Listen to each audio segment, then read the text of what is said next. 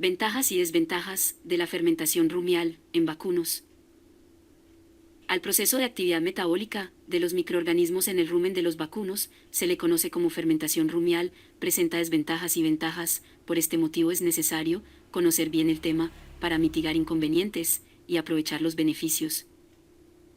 La fermentación ruminal se lleva a cabo en un medio ambiente estable para el crecimiento de microorganismos, lugar donde el pH es de 5 a 7.0 y la temperatura es de 37 a 40 grados centígrados, y la disponibilidad constante de nutrimentos. Los productos obtenidos en la fermentación son sacados o removidos por medio del eructo, la absorción de sustancias por las papilas de la pared ruminal y el tránsito por el tracto digestivo. La microbiota ruminal se puede clasificar de acuerdo al tipo de sustancias que digiere, como pueden ser la celulosa, hemicelulosa, almidones, azúcares, ácidos orgánicos, proteínas y grasas, así como los productos que sintetiza como el amonio, el metano y las vitaminas. Los protozoarios se clasifican de acuerdo a la morfología celular, consumen bacterias ruminales y presentan un gran valor alimenticio. La microbiota, que son bacterias y protozoarios, representa un 40 al 50% de la proteína cruda y tiene un 75% de proteína digestible.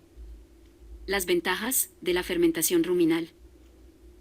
1. Utilización de forraje, la fibra y el forraje, en cantidades altas del total de la alimentación. La microbiota ruminal, por medio de la producción de enzimas, permite al rumiante utilizar la porción fibrosa de estos alimentos como una fuente de energía y carbohidratos. 2. Uso de nitrógeno no proteico. La microbiota puede producir proteína a través del nitrógeno no proteico. Esta proteína microbiana es digerida posteriormente y proporciona las necesidades de aminoácidos que requiere el vacuno. Los animales monogástricos obtienen los aminoácidos directamente de la dieta. 3. La síntesis de vitaminas. Los microorganismos ruminales son capaces de sintetizar las vitaminas C, B, K. La suplementación no es necesaria, excepto en vacunos que están enfermos, donde la función ruminal está alterada. Las desventajas de la fermentación ruminal. La fermentación en el rumen y retículo pueden llegar a causar la ineficiencia en las conversiones de los constituyentes de la dieta.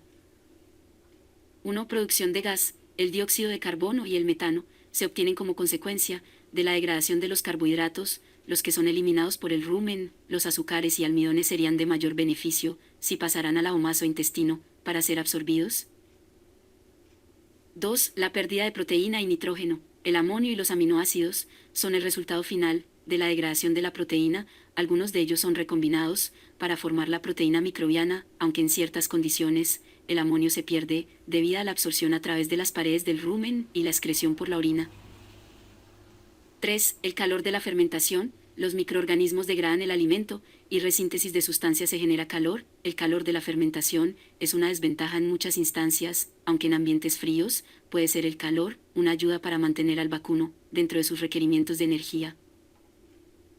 4. Los disturbios digestivos. La acidosis y el timpanismo son las consecuencias de un mal funcionamiento del rumen. El timpanismo resulta cuando los gases de fermentación son producidos más rápido de lo que son desechados. La acidosis es resultado de la excesiva degradación de los carbohidratos disponibles.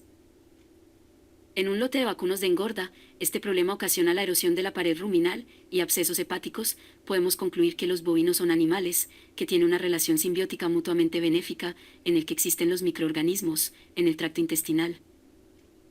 Por medio de estos, se degradan alimentos altos en fibras y utilizan el nitrógeno no proteico para su desarrollo, crecimiento y reproducción, siendo estos una fuente básica de proteína y energía.